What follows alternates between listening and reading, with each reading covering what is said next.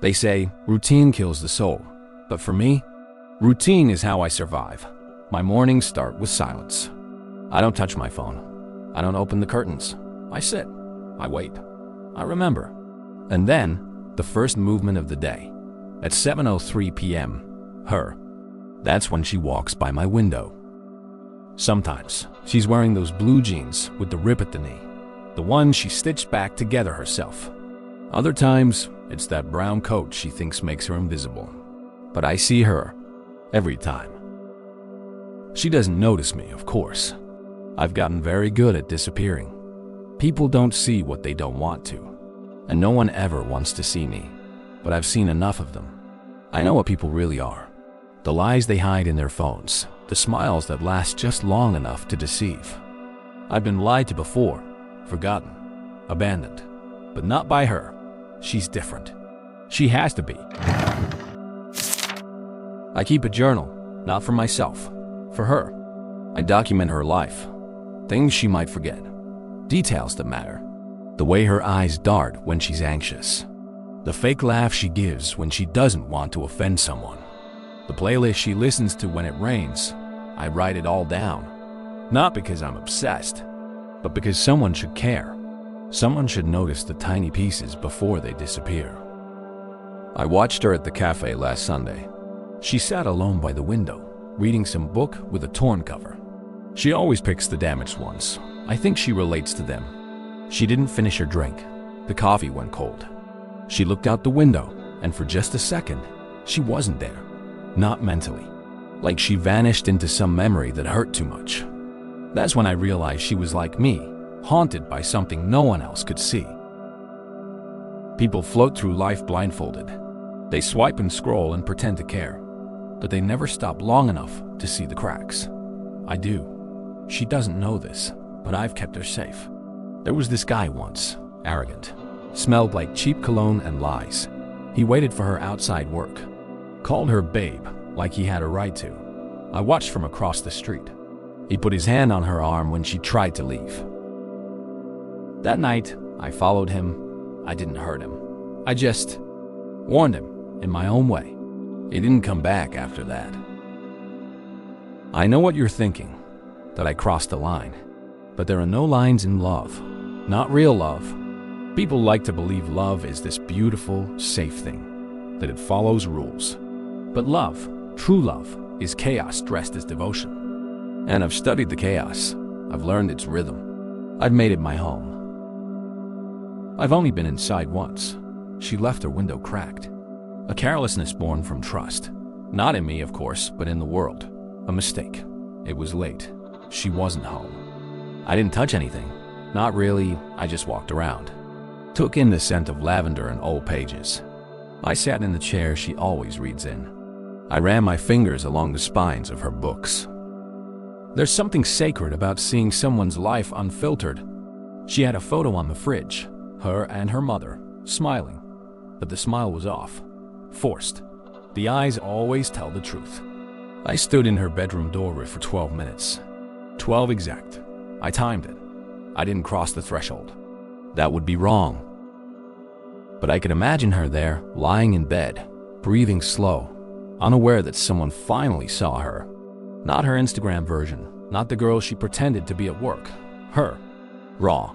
Real. Mine. I know this can't go on forever. Eventually, the world will interfere. It always does. She meets someone else. Someone who doesn't deserve her. Who'll love the surface and ignore the storm inside. And she drift away. And I'll be forgotten again. I won't let that happen. She just posted something, a photo, smiling, laughing, with him. The caption reads, "Happiness is a choice." What a lie. She doesn't even see that he's already lying to her. I do. I looked him up.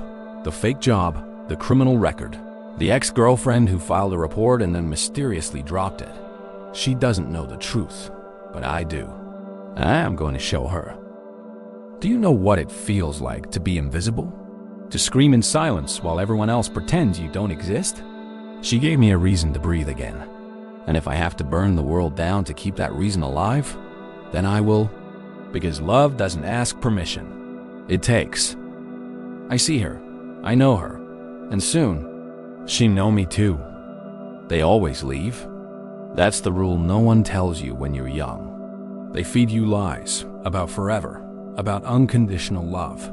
But the truth, everyone leaves. So when I saw her with him again, that smug, empty smile on his face, I knew it was time. Time to stop pretending I could wait. Time to stop being passive. Because if I didn't act now, I'd lose her. And losing her? That wasn't an option. I started with the small things. You must ease reality apart gently, like dislocating a joint. Quick rips tear suspicion. But subtle? Subtle can ruin someone without them ever knowing how. I created a fake profile. A girl. Pretty enough. Broken enough. Just the kind of distraction a guy like him would fall for. He took the bait in under 24 hours. By 48, he'd sent her pictures. By 72, he asked to meet. And I documented it all. Screenshots, logs, proof. I dropped the envelope in her mailbox myself. No return address, no handwriting to trace. Just a truth bomb waiting to detonate. She didn't come out for 2 days after that. 2 whole days, curtains drawn, silence pouring from her window. I waited. I watched. I imagined the moment she opened that envelope, the betrayal flooding in, her heart breaking, and I hated that I couldn't be there to hold her. He tried to deny it, of course. They always do. But doubt, that's the weapon. You don't need to destroy someone's world. You just have to crack it. Let them destroy themselves. I recorded this the night she sat on her kitchen floor, talking to herself, crying, not knowing anyone could hear. It's beautiful, in a way, pure, real, no filters, no pretending. This is the version of her I love, the version no one else sees. She started taking new routes home, switching things up, a sign of fear, paranoia. She felt the walls closing in, but she didn't know why or who. I stayed just out of reach. A shadow in the rain, close enough to protect, far enough to stay invisible. That's when I noticed something off, a new presence. Another watcher, someone else, was watching her. At first, I thought maybe I was wrong, that my mind was slipping. But no, he was real, different from the first guy. This one didn't want her heart. He wanted something else. I knew I had to act, not just for her, but for us. She was mine to protect, mine to watch, mine to love. And no one gets to steal what's mine. I won't describe what happened in the alley. Let's just say, he won't be watching anyone again. Afterward, I stood at my sink for 20 minutes, watching the red swirl down the drain. I didn't feel guilt. I felt clean, purged. I sent her a package. I left it on her doorstep. No note. Just the bracelet, perfectly restored. Her hand trembled when she picked it up. Her eyes welled. She knew. Not who, not how, but she felt it. Someone out there knew her soul. After that, things changed. She began walking slower. She looked around more. She smiled less. I knew it was working. I was becoming real to her, not just an idea, a presence, a feeling. She started writing in a journal, pages and pages, things she was afraid to say out loud. I read every word, because I made a key. You'd be amazed how easy it is to duplicate a key if you have 5 minutes and a piece of wax paper. She's asleep. In the next room, unaware. I sit here, reading her words. Her fears, her secrets, the parts she'll never say aloud. Every line, every page, like a map to her soul.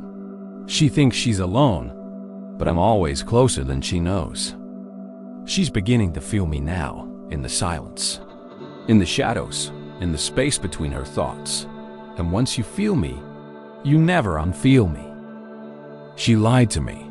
She said she needed space. But space doesn't hold hands with strangers. Space doesn't giggle in coffee shops with someone new. Space doesn't lie. She's slipping, wandering, forgetting. I gave her everything. I watched over her, protected her.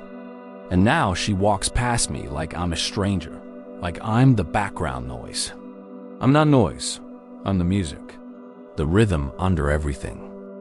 He touched her lower back, just a hand, just a moment. But it was too much. He thinks he knows her. He doesn't.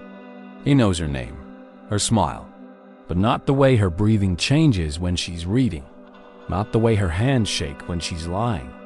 He knows nothing. So I followed him, for research, for safety. His name was Tyler, or maybe Trevor. Doesn't matter. He liked energy drinks. He had bad taste in music. He had no idea what was coming. I didn't want to do it, but he didn't belong in her story. He wasn't written in. So I rewrote the chapter. Quiet, quick, clean. I felt peace. Like something out of place had finally clicked into alignment. I thought she would notice, feel safer, feel me, but nothing changed. She still avoided me, still smiled at ghosts, still ignored the truth. Maybe I did something wrong. Maybe it wasn't him. Maybe it's her. Maybe she doesn't want to be saved. Maybe she likes being broken, but that's okay. I can fix that too. I stopped hiding. Not completely. Not enough to startle her. Just enough to exist on the edge of her awareness.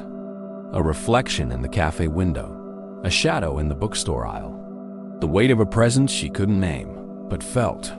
Not close enough to touch, just close enough to haunt. That's all love ever needed to be. Felt. But she called the police. Reported someone. Said she felt watched, not seen, not loved. Watched. She doesn't understand. She never did. This isn't obsession. It's devotion. Obsession is messy, loud. This is careful, precise. She's afraid of me now. She sees a monster. But I gave her everything. Her favorite authors, her childhood traumas, a real laugh, the one she hides from the world. I killed for her. I lived for her. And now she runs. Maybe I was wrong. Maybe she was never mine to begin with. Maybe love, real love, was a lie. Unless, no, there's one thing I haven't tried. I made a video not for the police, not for the world. For her, a confession, but not the kind they expect. This wasn't about guilt. It was about truth. Our truth. I spoke slowly, carefully. Every word chosen like a gift, because she needed to understand what we had wasn't obsession. It was clarity. It was connection. It was us. They wouldn't get it, but she would. She always did. And now she'd see the whole picture, because love isn't a crime. It's a mirror, and I just held it up, long enough for her to finally look. You made me real, and I made you free. So if this is goodbye, just know, I never stopped watching, I never stopped loving, and I never will. I waited after the video, after the confession. I thought she'd come back, but days passed, then weeks. Nothing. She erased me, every photo, every word, gone, like I was never there. I went to her house, same street, same door, but when it opened, it wasn't her. An older woman stood there, smiling, polite. I asked for her by name. She looked at me like I'd said something wrong. I'm sorry, she said. There's never been anyone here by that name, but that's impossible. I've been here. I remember. I don't forget. Not her. Was she just in my head? Or is everyone pretending she never existed?